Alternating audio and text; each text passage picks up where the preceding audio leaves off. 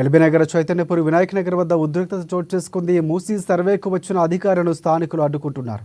మా ఇంట్లో కూర్చోవద్దు, మాకు అన్ని రకాల రిజిస్ట్రేషన్లు ఉన్నాయంటూ సర్వేకు వచ్చిన వారితో వాగ్వాదానికి దిగారు. ఇప్పుడు ఎందుకు వచ్చారంటూ అధికారులను నిలదీశారు. ఇంతటితో ఆగకుండా ఓ యువకుడు సర్వే అధికారులు అక్కడి నుంచి వెళ్లిపోవాలని వంటి మీద పెట్రోల్ పోసుకుని ఆత్మహత్య యత్నానికి ప్రయత్నించాడు.